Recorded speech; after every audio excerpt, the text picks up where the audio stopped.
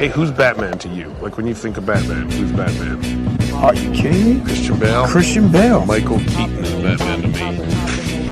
Hello, and welcome to the Warp Shelf. I'm Frank Duran. I'm Deshaun Vasquez. And today we're talking about something me and Deshaun are very passionate about. Mm-hmm. It may get loud in here today because we're talking about the definitive Batman. We're talking about something we get comments and talks about all the time. It's something even that with comes people up. who are not big comic book fans. They'll talk to us and about this type of stuff. And it's not even like a sentiment that's exclusive to Batman either. No, it's definitely not. But we will use Batman as a focus for what we are going to talk about today.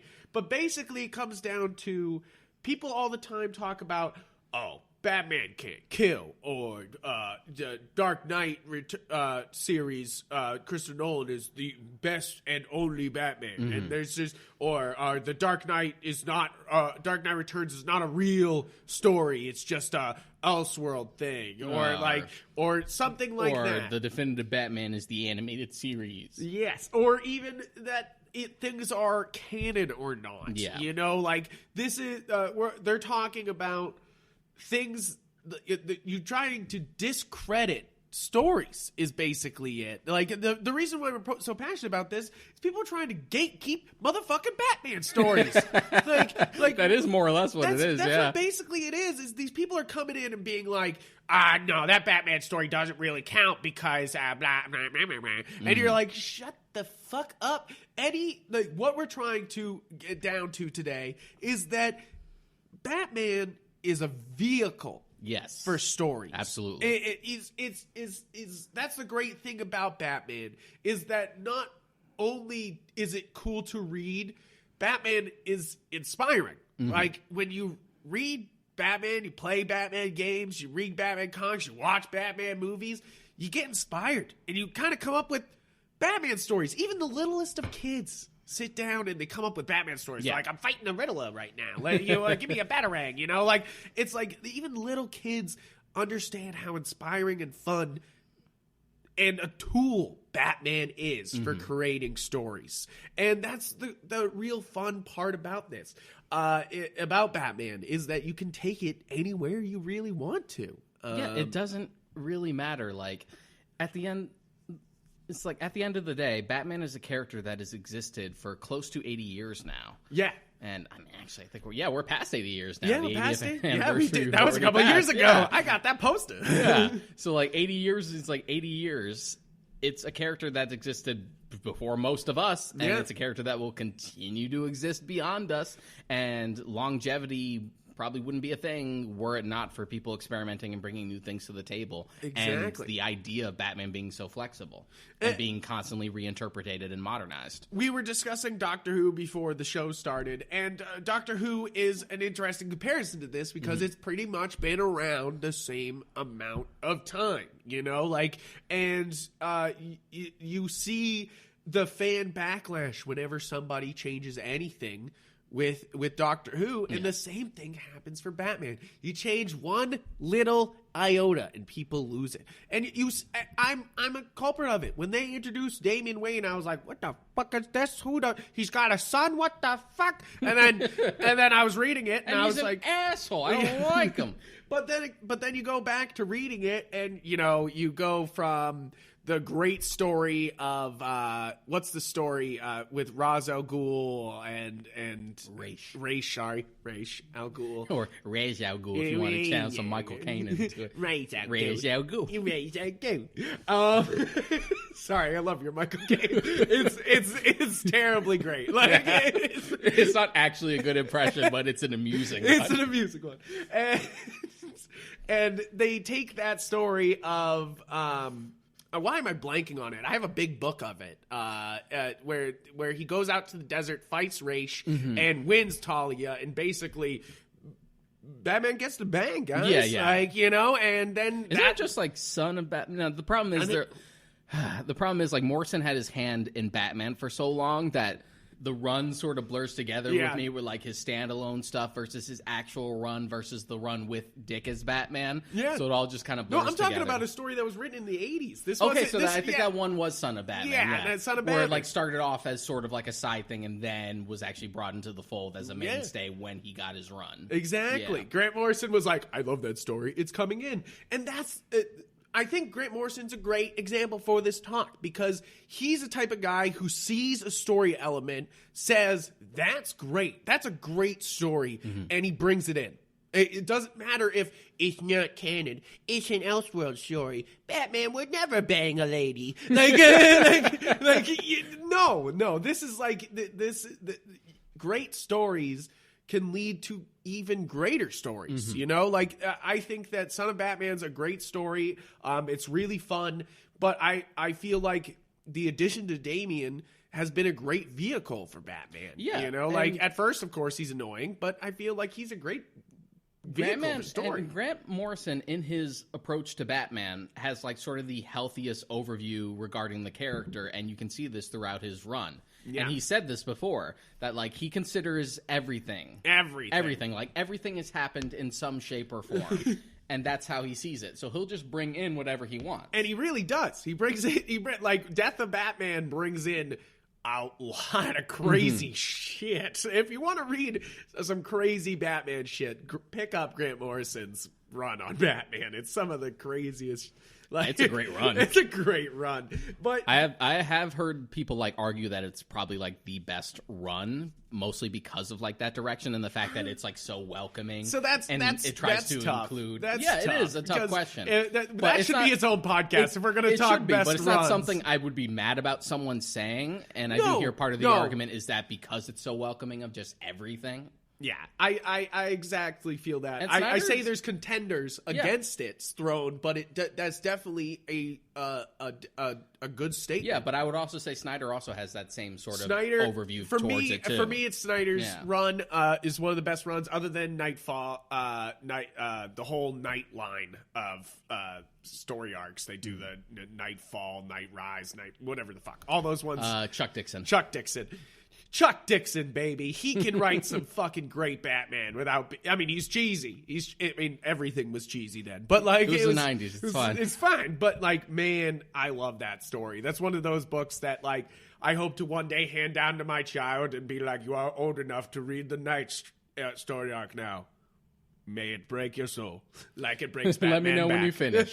No, really, don't forget. It's going to take you a while. That's a long story. That's a beefy one. And I own it, and it's just long. You know, like it's a lot. It takes up a lot of our warp shelf. Like, it really does.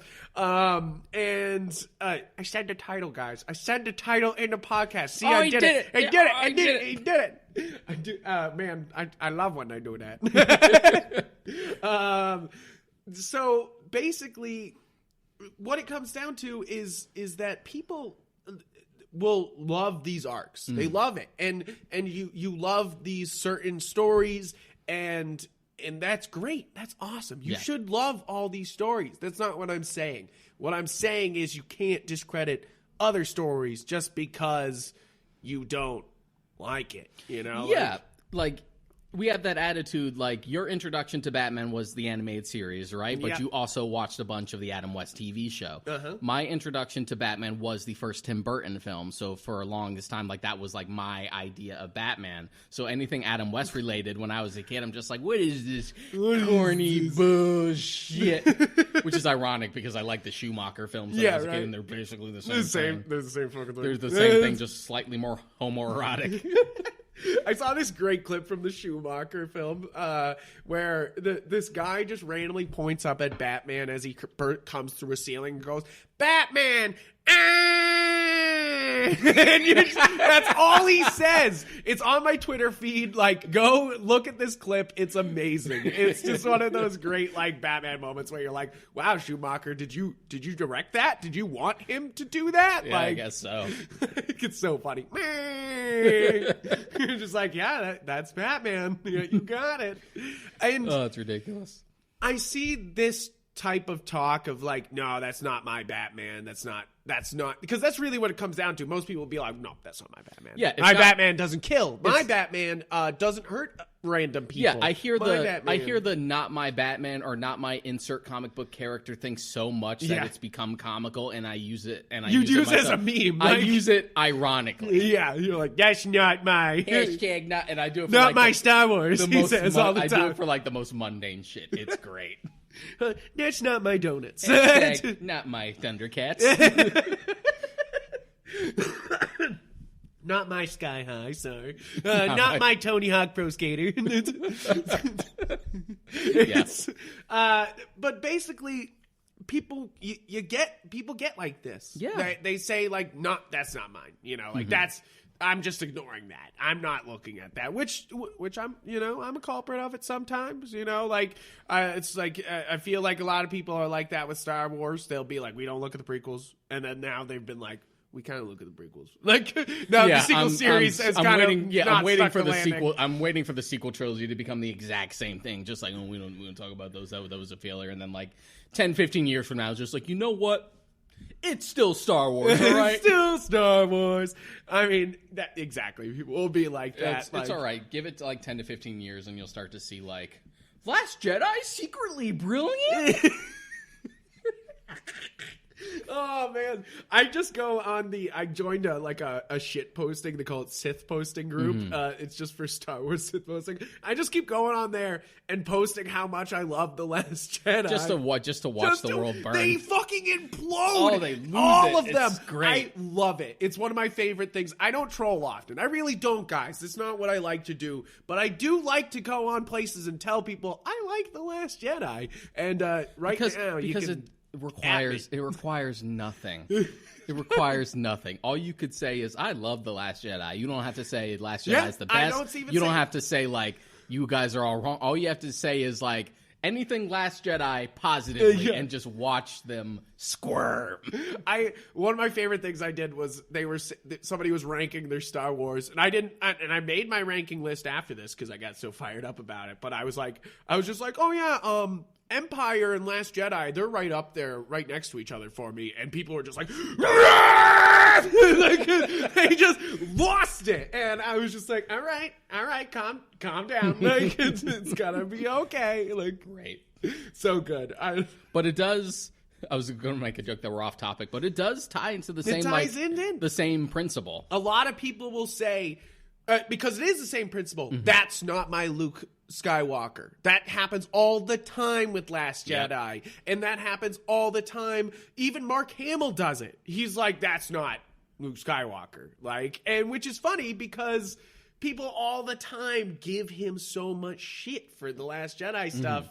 But I feel like Luke does the right thing, Like, I mean, Last Jedi is its own conversation. Yeah, its own conversation. But it's like, if you actually look at it closely and don't just examine it on surface value, like, everything that Luke does is well within character, and it's actually stuff that was just set up in Force Awakens, and Rian Johnson just decided to incorporate and flesh out. But you guys blame Rian Johnson for all of it. Yeah, exactly. It's like, why is Luke so distant from each other? Why is he hated? Why is he given up? Luke wouldn't give up. And just like, that was already established in the last movie. Exactly. What did you think was going to happen here? And Kylo hates him. Just because Rey showed up on the island, that would be enough to be like, yeah, let's do it. Exactly. They just don't like that Luke didn't come out fucking chopping off ATT's legs and force blasting everybody across the field like he does in Legends. Because they wanted some like projection of what they think Luke Skywalker exactly. would be. And to be Return fair, of the Jedi. It's not a projection. It's what Legends and the many other books built up for years, that Luke was this unstoppable fucking force machine, that he just came on the battlefield and he was like, fuck you, boom, and like... But guess what? That ain't how things work. That's not how things work, and it's not even how it worked in Empire. Like, you have Luke on the battlefield and you see how he works. Yeah. Like... And to be honest, he's not supposed to just be this endless fucking force. And to be honest, like, to make him like the endless like pariah sort of thing, it's easy. Yeah. Like, it's just the easy way to go about it. But it's funny because people will say that's not my Luke Skywalker because my Luke Skywalker wouldn't do that. My Batman wouldn't kill. Remember, like it's like I still hear this with like Dark Knight Rises, like going back to Batman. Yeah. Of just like Batman wouldn't quit either for both like the 7 to 8 years that he quit in between Dark Knight and Rises, and also the fact that he more or less retires at the end of Rises. Yeah. After he passes like the mantle on to John Which, Blake. sure, I don't exactly agree with it, but it works for the story. Yeah, but that's exactly like that's it. It's a way to complete this story for this version of Batman. Yeah. Just like Batman doesn't get a happy ending. It's just like, well, yeah, but comics also go on forever. Yeah, exactly. Like, it's not, the movies have and to that end. also ties into the whole, like, not killing thing. It's just like, my Batman doesn't kill. And it's now, like, Batman doesn't, because part of the reason is, like, a pathos for the character, but there's also the sense of just like, yeah, but comics also have to go on forever, so we can't just kill every single villain we got, otherwise we have to come up with a reason as to why they survived. Exactly. You gotta keep this train going. So you go with, let's keep going with the, Batman doesn't kill, because then you go on to Superman doesn't kill, and we come into the argument of Man of Steel. And I know already people are adding me right now, being like, Frank, you're bringing up Man of Steel for the fucking 16th fucking episode, Frank. You only talk about it every other episode. You think this is bad? If you guys are new to like the Warp Shelf, you should have heard us back in the Real Books Don't Have Batman days. Yeah, we used to bring it up all the time. But it's a good point because people will say, that's not my Superman. My Superman doesn't kill. He wouldn't kill Zod. And that's... Deshaun, please help me. First of all, please help me. He wouldn't kill Zod. Well, first, he has. He has. Several times. Several times. In comic book canon. He has. And then even on top of that, my big issue was, like, I sort of get it because in a lot of versions of Superman, like, that's sort of like the one thing he either doesn't kill or it has to take something like a very dramatic situation for him to have to resort to that. And they didn't feel Man of Steel was enough of a reason, which it did. It did give enough of a reason. But what bothered me more was like this inherent fallacy that because Superman killed someone in Man of Steel, that inherently robs him of his heroism. Yeah. But he saved a family right in front of him by doing that and stopped the menace. Yeah, but then comparing it to directly like to the MCU movies where you look at all these characters that people have like lifted up, particularly Captain America, who as far as popular culture has sort of become like the Superman avatar for people. And he kills, just murders people. Constantly. He's just like killing Nazis in World War II, like with a gun too. With a gun, yeah, and he does it in Winter Soldier. People are just dead. You watch the first Iron Man, like Tony's like blowing up like terrorists in the Middle East, just blasting them. Yeah, like he literally puts a laser in one guy's fucking chest at one point, and you're just like, okay, that guy's got a fucking hole in him. But I never hear any argument as to, oh, well, doing this inherently like robs them of any heroism they could have potentially had. It never comes up. Yeah. The only difference is a matter of tone. Man of Steel decided to treat that moment with some weight. Yeah, exactly. And I think you have to bring up Spider-Man also because a lot of Spider-Man villains die. Like it's a common thread in Spider-Man things, feeling guilty that the villain died for some reason. You know, like it's a very common thing they explore. And just because one comic explores it and another does not, makes it not that comic story. Like I just, I understand. Exactly. It just doesn't make any sense. You know, like it's like if just because Spider-Man explores it makes it okay that they killed fucking Green Goblin at the end of the original Spider-Man movie, you know, or killed him the multiple times they've killed Green Goblin. You know, like how many times have they killed Green Goblin? Usually by like, it's always like the same thing. They try to pull the same thing where it's just like, oh, it's an accident. He sort of ends up killing himself, sort of. Yeah. But then even in Ultimate Universe, he dies twice. But then you go into stuff like The Dark Knight, where it's sort of iffy if he's hurting or killing those people. No, not even beyond that. Like, it's not like the Arkham Asylum thing where it's just like, yeah, if this wasn't a video game, they would totally be that guy's dead, that guy's dead, that guy's dead. But think about the Dark Knight where he tackles... same thing for 89. How does he not fucking just murder those people? With 89 in Returns, they like outright don't care. Like, he is legitimately killing people. They just don't care. Yeah. They just and here's the thing. brush it off. It's brushed off, and it's also just a matter of tone. Like, that's just that type of movie. Yeah. And they don't really treat it with any sort of weight because it's not supposed to be a big Exactly. deal. And that's the same thing with the Marvel movies. They just don't treat that these guys are murdering these people as they're going through. And even when they try to address it with stuff like that, when you like get to Civil War, that's more about collateral damage than it is about them actually taking lives. Yeah, exactly. And you get to something like The Dark Knight, where I'm talking about like Nolan's Dark Knight, where it's sort of left to your interpretation, because he does tackle Harvey Dent off that edge. And he's dead. Yeah. He fell to his death and broke his neck. Yeah. Like, that entire movie, one of the best Batman movies of all time, ends with him killing somebody. Yeah. You know, and like, no one ever really brings it up. Yeah. Even though that's the whole, like, I'm just the hero this city deserves. Like, even though that's like sort of the catalyst as to why he made the ultimate decision at the end of The Dark Knight to be like, let me just go into the shadows and take the fall for this. Yeah. Exactly. It's so wild because I don't see... I know, of course, it's wrong to kill people. Like, obviously. That's obviously what we're taught. Like, yes, of course. But in movie things, it happens all the time. That's, you know, like, it's just a thing. It's just, that's escapism. Yeah, it's escapism. But it was just so funny how uppity people got about, like, Man of Steel, about, like, oh, it robs him of his inherent heroism. Kids shouldn't see this because they shouldn't see, like, a Superman that's like this. And meanwhile, I was like 9 when I saw RoboCop, you fucking baby. Yes.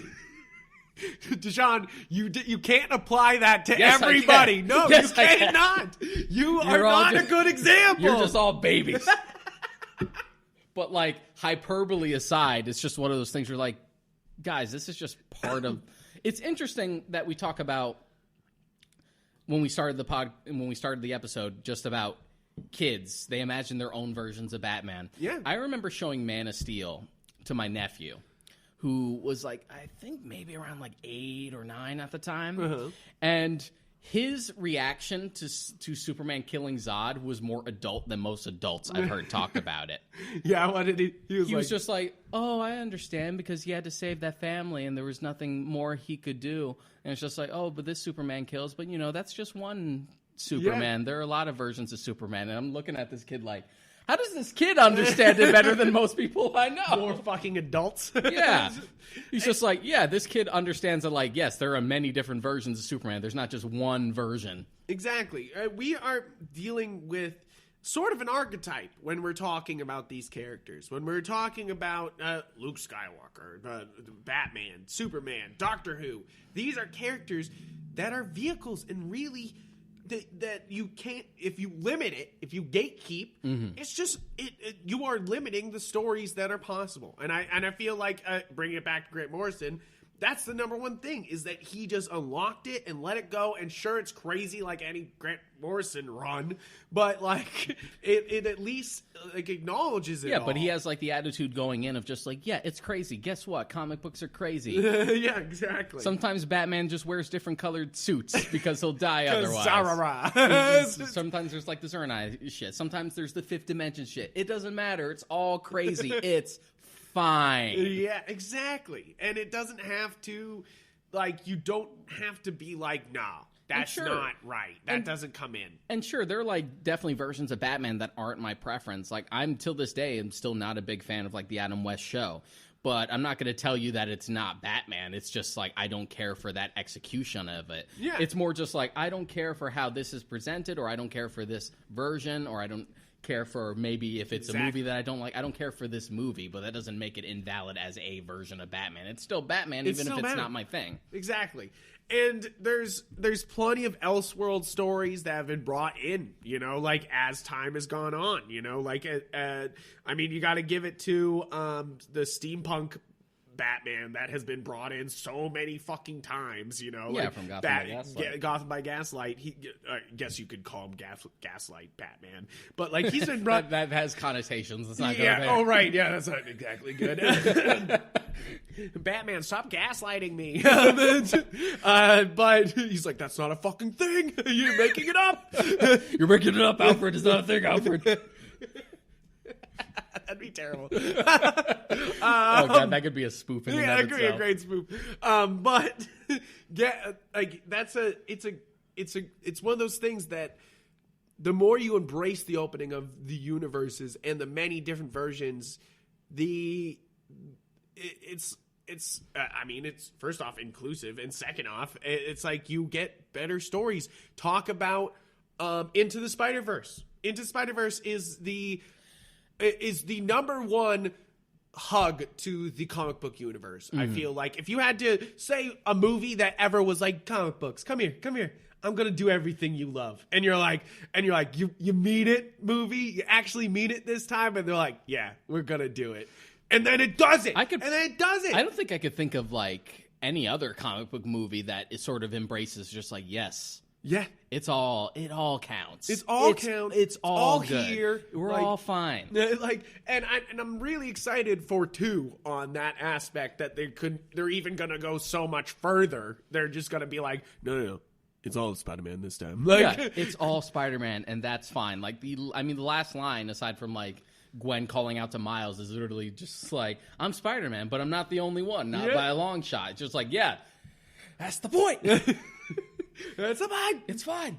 It's fine. And what I thought was interesting about that story is they took, the classic story of Spider-Man quitting, having a shitty life, and then rising back up, but they took it, into another universe, you know? Like, so you have that classic, like, oh, this is Spider-Man's quitting, like, oh, he's, Spider-Man's finally quitting, like, he's finally pulling it back, like, because his life's too tough, and they spun it into the movie, and, that's one of those storylines that a lot of people don't like sometimes, and it's something they use to expand the story and keep, really grow here, and I really thought that was amazing, just like, welcome the dumb stuff. Like, it's okay. It happened. Get over it. Like, one of my favorite things, I haven't read all of this yet, I've been meaning to, is Brian Bendis' run on Superman, now that he's over at DC. Yeah. I read a bit of it, and what cracked me up is that he brought Nuclear Man in as a villain. Like, good. Superman 4, not Bizarro Nuclear Man. Oh, no. Like, long nails, 80s hair. He did. He brought him into it. I died. They, reveal him in a big splash page, and I'm just like, what am I looking at? Bendis, you madman, what have you done? And it's just like, but I love shit like that because it's so stupid, but it's also just like, yeah, it happened. That's fine. Yeah, it's fine.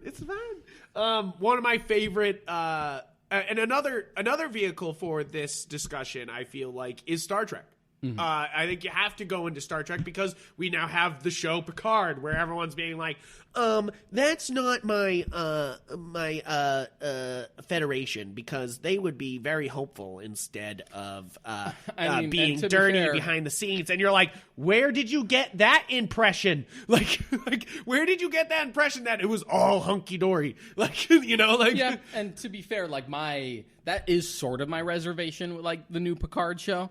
And it's less that and more just this is more Abrams Trek than it is actual TNG, which is fine, but it's not my preference if we're trying to go back to that. Yeah. I separate the two. I like Abrams Trek for what it is. That's why Discovery doesn't really bother me. Yeah, I like Discovery because it's basically, they're like, hey, what if we did a Game of Thrones style show, but Trek? And they were like, cool, do it. I take it as its own thing, but something as a direct follow-up to TNG, which is so far off in its own direction, that in the show's just not really that good even on its own. Yeah, but it's not part of it. Yeah, but my reservations about it are less about hey, not my Trek. I mean, that's sort of a piece of it, but that's less my problem with it. I can accept it as its own thing.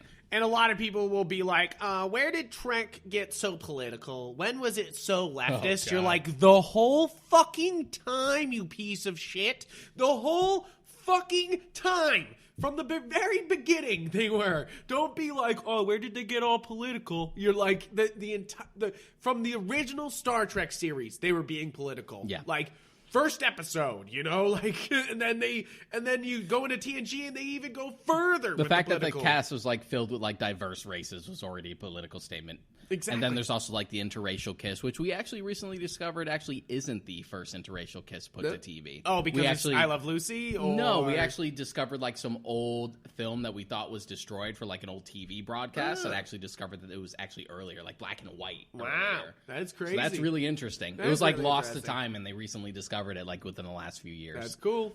Yeah. But you still got to give it to Trek for pushing that. It was at still the time. like there still would have been pushback for something like that even back then. Exactly, and that's really what it comes down to is that like these people don't realize the media they're taking in. Like that's what it really comes down to. Is some people are not very self-aware about the type of media that comes down to like a taking things at surface value thing, which is very common, especially in the age of like internet. Yeah, it's internet trolls. Because I would say that happens all the time with Trek. Is that like if you go back and watch Trek, it's very political. It's very forward with its opinions all the time. So when somebody says like "get your politics out of my Trek," I'm just like, what? No, especially with the gay kiss in Discovery and their relationship, you're kind of like they're like, why is there gay lovers in my Trek? You're like, what? What do you mean? Why are there gay lovers in my Trek? I'm going to quote Joss Whedon because you're still asking that question. Yeah, exactly. He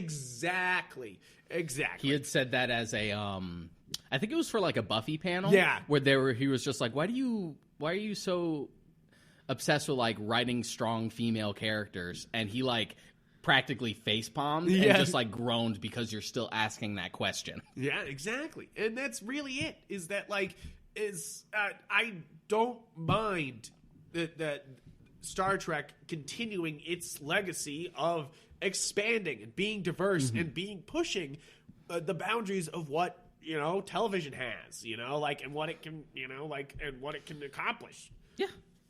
It really comes back to like you had nailed it when we had first started that it's a vehicle for storytelling. Exactly. And it especially Star Trek, I feel like. And it reflects its own time period. People are being like, oh man, CBS is making too many Star Trek shows. Yes, they are. But that's the only thing they fucking got. So let them fucking go with it. It's like it's like if someone also said like, when did Batman get so political? Like Batman's not political, but then you look at something like Dark Knight Returns, just like, dude, Reagan being in Dark Knight Returns alone. Even if you cut out like the news broadcaster like subplot. Yeah. Like it's even if you didn't pay attention to that. Even if you didn't have that, like just Reagan's inclusion in that story alone is a statement. Exactly. And the same thing happens all over Batman history and Superman history. They've been very political. Like and you could say that for even Marvel comics.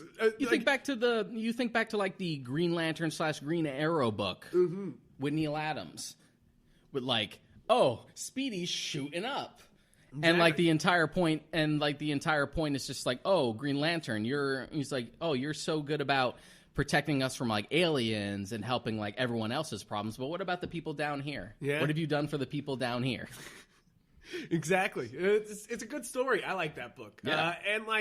And I just, yes, you don't have to agree with the political opinions. And sure, you say that's easy because you agree with the political opinions. And yes, it's a little easier when I'm like, yes, sure, you can have. Yeah, but I agree that people should be allowed to be people. Thank you very much. I'm sorry. Like, but it's just one of those things where, no, it's always been there. But now you're just more aware of it. Yeah, exactly. You're just like, oh, wait, hold on. Now that I've become identity politics, I can identify that this is not my identity politics. Like, more or less, yeah. And you're just like, shut the fuck up.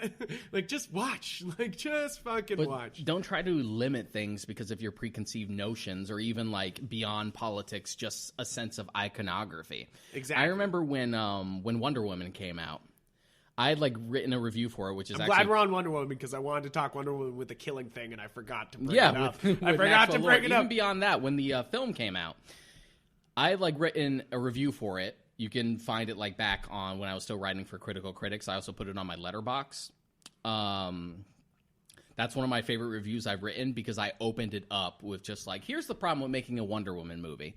There's a difference between what Wonder Woman actually is and the idealized, iconography of Wonder Woman that people associate with as far as like feminism is concerned, because there is a difference. Yeah. There's like Wonder Woman and then there's the idea of Wonder Woman. Exactly. And Same thing for Superman. Yeah, and trying to execute that is a very tough balance and few people can do. That's part of the balance they had to strike with Superman 78 with the first Richard Donner film, and something they were able to pull off. Yeah. Which, to be honest, not a Superman film has really been able to strike that balance since, even for movies I like Man of Steel. Exactly. It's a tightrope. It is. It is. It really is. And I feel like with Wonder Woman, it's hard because, and same with the other guys, is that people have these thoughts on what these characters should be. Mm-hmm. And then they gatekeep anything that's not it. You know, like if it is not exactly what they think it should be, they are like, nope, not Wonder Woman. Not Wonder Woman. And I can't fucking wait till this next movie comes out. First off, because that trailer looks pretty dope, and that suit looks pretty dope. Oh yeah, they got like that Alex Ross Kingdom Come like golden bird suit. I'm like, yes. I'm so ready for that movie. It just keeps getting pushed back. But I want to see it so bad.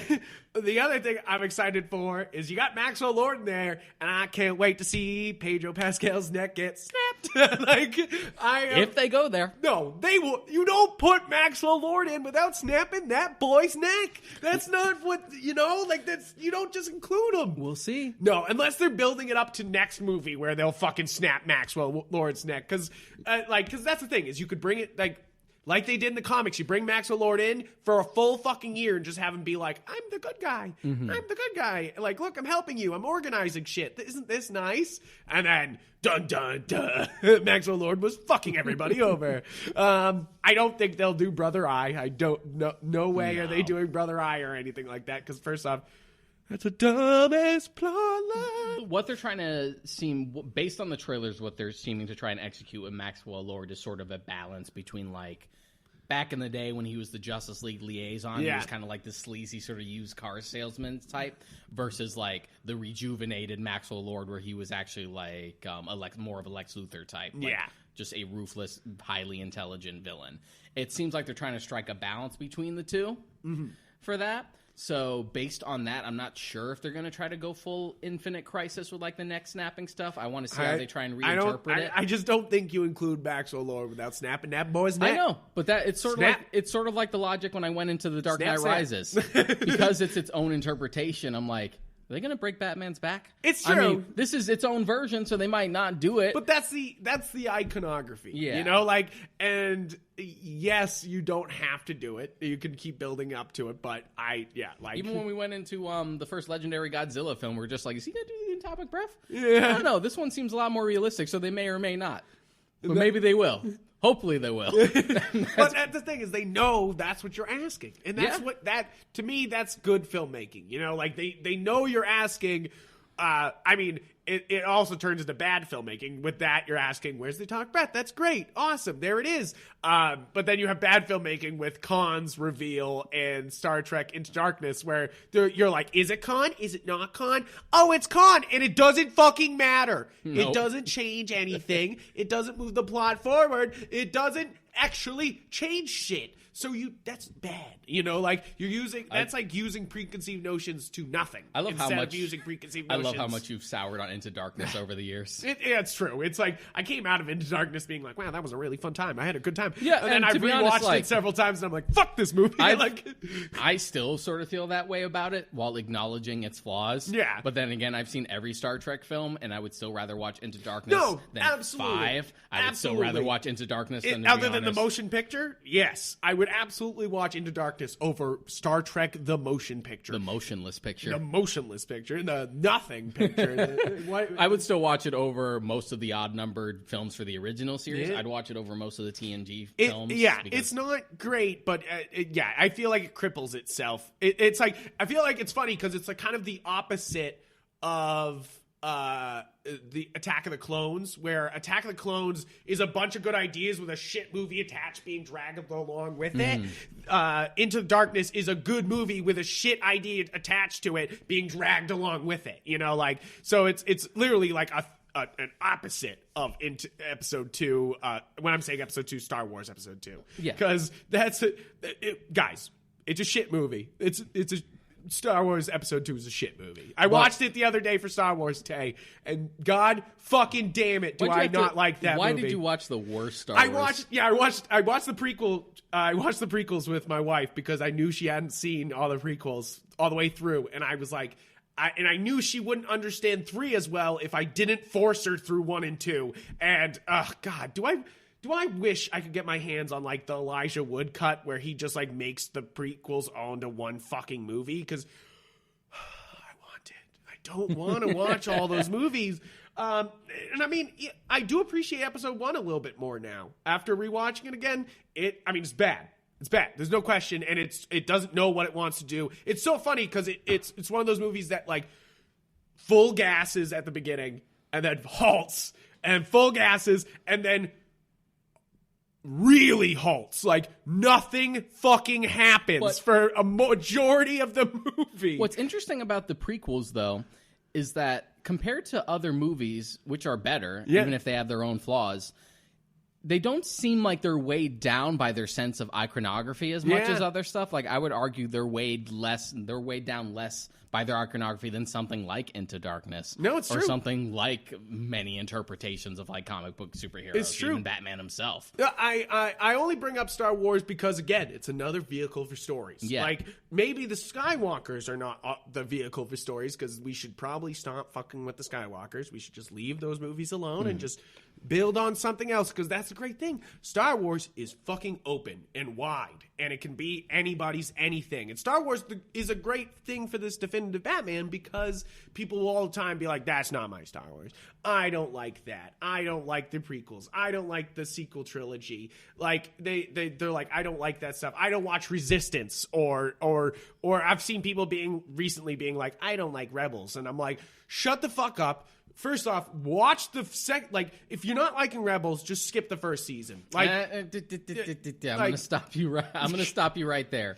I hate that inherent thing of just like, if you don't like this, just skip a season. How about that first season just be good? Okay, and yes, I understand, but the rest of the show is actually fantastic. It's because the funny thing is you could see it when you're watching it. The first season, they're like, this is a new Star Wars show. We're making new Star Wars things. It's new Star Wars. And then the second season, they're like, okay, it's a sequel series to Clone Wars, so here you go. Because I remember expressing some interest in Clone Wars and a friend telling me, oh, just watch that like list of the most essential episodes on Disney Plus, and I got angry about it. Yeah. I'm like, no, that's not how you watch a show. That's definitely not how you watch a show. But that's the thing. I think that also plays into just like, oh, skip a season? No, how about that season just be good? My caveat when it comes to shows like that, because it happens. Because, I mean, it happens, I would say for Star Trek, it's pretty fair to skip the first season of any Star Trek show, except for Discovery. Discovery actually had a really good first season. But, you know, like, I get like the inherent thing. Skip. For me, it's more just like a disclaimer.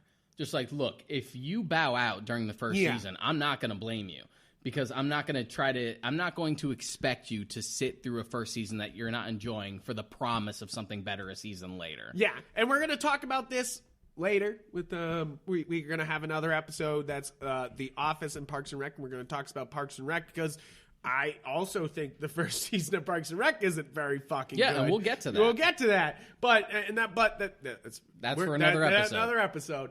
But going back to Star Wars as a story vehicle, and the other thing about this is not every story has to be for you. That's the important part about this discussion, is not every story being told about Batman, about Star Wars, about Doctor Who is for you specifically. Yeah, that it turns into like this very selfish thing. I remember there's a new series out for Batman.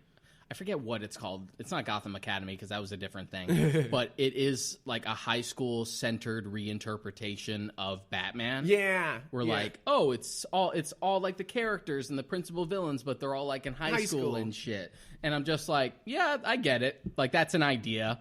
It's actually surprising that it wasn't done sooner. Yeah. But then like they do that, and like Bruce is like half Asian in this, and I'm like, I don't care. Yeah. But of course, people had a conniption about it. Just like, that's not Batman. What is this high school shit? Just like, dude, it's not for you. It's not for you. You're not the demographic, and that's fine. Not everything has to appease you as far as like this character is concerned or this property. I think a lot of people get disillusioned because they grew up and everything they watch is for you. Everything you watch is for kids. And then when you get older, you get all the access of all the media, and you're like, oh, cool. And guess what? They're making stuff for you as an adult. And you should watch that shit and stop watching the kiddie shit and giving it shit for being kid shit. You know, like, that's all I'm saying is that is that a kid's show can be a kid's show. I don't like Star Wars Resistance. Am I mad that I don't like Star Wars Resistance?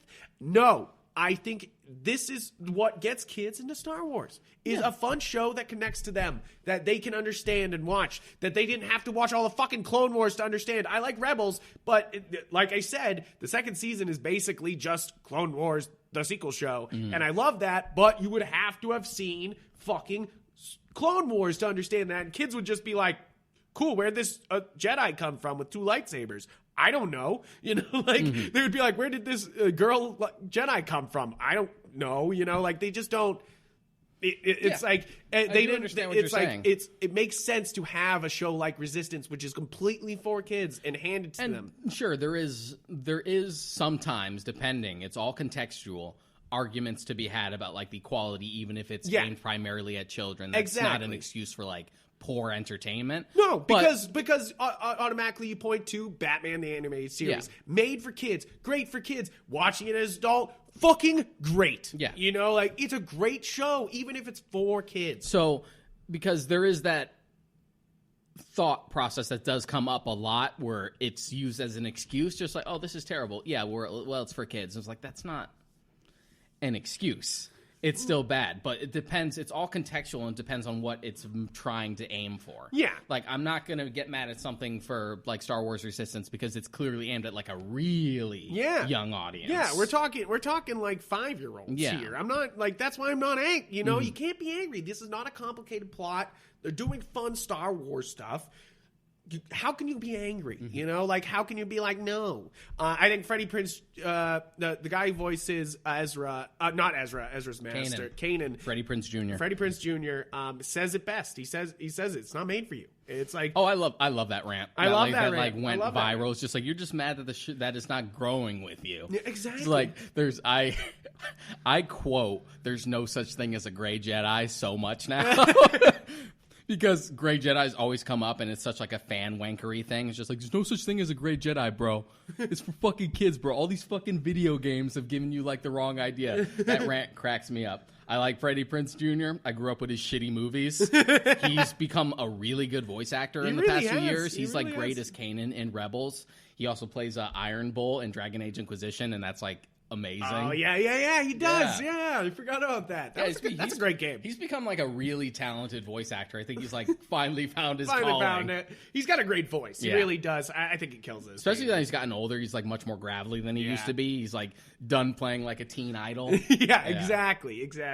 And it's funny because when I watched Rebels, I was like, a young Freddie Prinze Jr. would be playing Ezra. You know, like, oh yeah, absolutely. Like, that's what is great about that role to me, is that like, it's like, oh, you would obviously be that character if he was younger, but now that he's older, he's Kanan, you know, like, which is, I love that little, like, mirroring, you know, but I feel like we're getting really off topic again. This sort of just broadened out into just like the idea of like definitive in general, which at the end of the day, I guess as we pointed out, it's not a thing. No. It's not really a thing. No. Your canon, your head canon is bullshit. It's only your head canon. And sure, the Marvel and DC themselves will say what is canon, what is right, but that still even the big boys calling up from the top, being like, no, that's not canon. I call bullshit. I call bullshit even on DC and Marvel because I still love those stories. I still have a great time reading them. I still like them, that doesn't discredit them that they're not canon, it's still a good time. And that's the point, isn't it? And even if they're like films that come out, because there is this inherent thing where if it's a movie, you tend to treat it a little more seriously than any other medium, which, I mean, I get it. But it's one of those things where, like, dude, if Man of Steel wasn't your Superman and you hated the way they treated the character, we're in the age of reboots. Give it a few years. We'll probably, maybe we'll get it right next time. The same thing with Spider-Man. I feel like people were like, I don't like Amazing Spider-Man because it's just a romance comedy. And you're like, wait a fucking 2 years and you'll have a new Spider-Man. You'll probably get something more to your liking. And I mean, it really has happened. Is that, and I mean, I feel gifted as a nerd, as a geek. We should feel gifted that in a world where this is just blown up. We got handed the world. They were like before. They were like, nah, comics aren't mainstream, and now it's the mainstream of all. Like it's just one of those things where, like, you're so spoiled for choice. Why would you be angry if there's one version of a character you don't like? Exactly. Do some digging, and I'm sure you'll find plenty that like speak to you a little more. I feel like this is a very old mentality. This is a mentality when Batman 89 was coming out and movies were more sparing. Where it's like, oh, well, this came out and this was our only chance to have this hero. And the reality of it isn't that anymore. We have so many chances to do so many different things. And that's what's great about the time we live in right now. Yeah, but it also even for Daredevil, you could be like, oh man, they got rid of Daredevil. That sucks because that was a great iteration. There's gonna be more fucking Daredevil stuff. Like, it might not be him playing Daredevil, but Daredevil's a great vehicle for story, and they will use him. I feel like back in the day when superhero movies were a lot less common and the track record for positive ones was a lot more rare. Yeah. I feel like people were a little more complacent, almost in a positive. Yeah. Because you could get a movie like Batman 89 and it would take liberties with the source material, like Batman killing willy-nilly and it not being a big deal, and people would have just accepted it. Yeah. It's fine. But we're so spoiled now that I always say 89, if it came out right now, people would flip their fucking people would lose shits. their goddamn minds. Like, there was a petition for Michael Keaton when he was cast as Batman back in the day for 89. And this was back in the day when a petition actually meant a goddamn thing. Yeah, like people went out and actually knocked on doors. Yeah, people actually knocked on doors and got signatures as opposed to signing their name on a fucking change.org article. It's true. It's so true. This was back when a petition was actually a petition. But it's like, and that's kind of the thing that Batman does a lot, is they take an actor that wouldn't be normally chosen for these type of roles and takes it there. Every single time. I think every single Batman iteration the only time has people that. didn't lose their shit was when Bale was cast. Yeah. That's probably the only one. But then they ended up complaining about him anyway because of the voice. Exactly. They were like, they were like, he's too grumbly. That's like with the Robert Pattinson thing now. I feel like the outrage hasn't been as strong because Batfleck doesn't feel that long ago. Yeah. And people already got it out of their system then. And then that was like the one thing they didn't complain about with BVS. So they're just like, yeah, shut up. Shut up. And wait until you see it. Exactly. And I feel that way with Robert Pattinson. First off, Robert Pattinson is a great fucking actor. Watch any of his other movies. Don't watch, if you are still thinking of Robert Pattinson as Edward, stop. You're just stop. This man is the guy who is in Good Times. This is the guy who was in Lighthouse. This is the guy who blows your mind in most movies. He's spent most of his career post-Twilight trying to get away from Twilight. And basing his entire talent on those movies is like trying to base Natalie Portman's talent based on the prequels. Exactly. Or Daniel Radcliffe's talent on Harry Potter. Or even Elijah Wood's talent on Lord of the Rings. As good as a performance as he hands in there. I mean, Return of the King's a little, but it's still a good time. I forget the taste of strawberries. Sorry. Sorry, I had to do it. But it's like these guys are guys who were heads of gigantic franchises, and you cannot continue to think of them as that franchise. Same thing goes for Mark Hamill. You cannot be like, that's Luke Skywalker, because that man is also the Joker and also so many other things, you know, like he's got a list that goes on and on and on and on and on. And it's the same thing for Robert Pattinson, Daniel Radcliffe, and Mark Hamill is such a talented actor that Luke Skywalker in the original trilogy is like so on the lower end of his actual talent. Like he could play a character like that in his sleep. Yeah, he has played so much more complex characters since Star Wars. I know. That's what cracks me up about his comment being like, him being like, well, that's not my Skywalker. And I'm like, what do you mean? You're like, like what do you mean? What do you know about Luke Skywalker? Like, whereas like Luke in Last Jedi is just like, yeah, now we're actually using Mark Hamill's fucking talent for this one. Exactly. They were like, here, he actually has some range. Yeah. And he yells, because that's important. Mark Hamill yelling is the most important part. But the best thing about this is that even though it feels like we're going off topic, this all comes back to like the same framework. Yeah. Of just like, don't gatekeeping, keep an open mind. There are many different interpretations. Even if it doesn't appeal to you, it appeals to someone. And it's okay. And we're saying, if it's bad, it's bad. We're not saying let bad things be bad. Of course not. Of course not. That's why we even have a fucking show if that was a fucking thing. But like, it's like, it really is. Keep an open mind. Be do not gatekeep. Do not hold people back. Keep things from in perspective. Being fun and having good time with what they like. I'll put it this way as an example. When Batman and Robin came out, it was considered like the death of comic book movies. Not only just the death of like the Batman franchise. Yeah. Blade came out a year later. Exactly. Like they were like, "Oh, it's all dead. It's all dead. It's all dead." Blade comes then out, and they're Blade like, "Whoa!" Out. Blade's success led to the first X-Men film. Yeah. X-Men success. Eventually, it's all just stepping stones. Eventually led to the Marvel Universe as we know it now. Kevin Feige was a producer on the original X-Men films. And Marvel and Disney have made so much fucking money off of those type of things, and it all starts with these small things that people were pissed about at the time, you know, like being like, why did they do this? Why did they do this? I mean, that's me for like video game movies, but rule of averages, we'll get a good one eventually. We'll eventually got a good one. Detective Pikachu It's all baby steps. It's all baby steps. Where we're finally at the point where it's just like, we've gone from terrible to okay at best. Yes. So, progress. We're getting there. It's happening. That's really it, though. We've gone, like, with all the video game movies that come out this past year, they're very okay, except for that Doom one that went on Netflix. That one is a stink. But like, that one's a stinker. But like Sonic a straight up Sonic stinker. was terrible. Detective Pikachu was okay at best. I'm just like, well, that's progress. That's progress. That is progress. That's progress. But guys, basically, we're be excellent to each other. No, I'm serious. It's like, be nice. We're nerds. We like this. Most of us know what it's like to get picked on and picked apart for our opinions and what we like. So why would you do the same thing to other people? Mm-hmm. Like, why? You know, like, don't tell people that's not their Batman.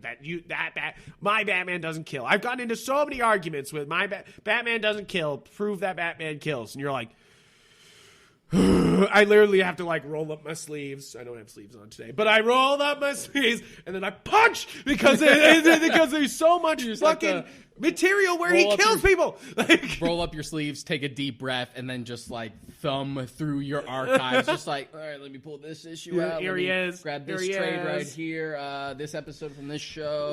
Just like, okay, we got to kill here, kill here, kill here, kill here, kill here. Just like, there you go. There you go. Just say. And I mean, we're just saying that this is keep an open mind. But that's pretty much the thesis of this show. Keep an open mind. Be positive. Because we're living in a golden age. A golden age of nerddom. Like, it sounds dumb, but like... What do you have to be mad about? What do you got... Yeah, exactly. What do you got to be mad about? Like, even for Star Wars. Sure, the sequel series didn't pan out how you wanted, but you got Mandalorian, you little bitch, and then you got the last season of Clone Wars. Shut the fuck up! The fact that we're at a point where the main complaint is that we get too much of something is how you know you're fucking spoiled.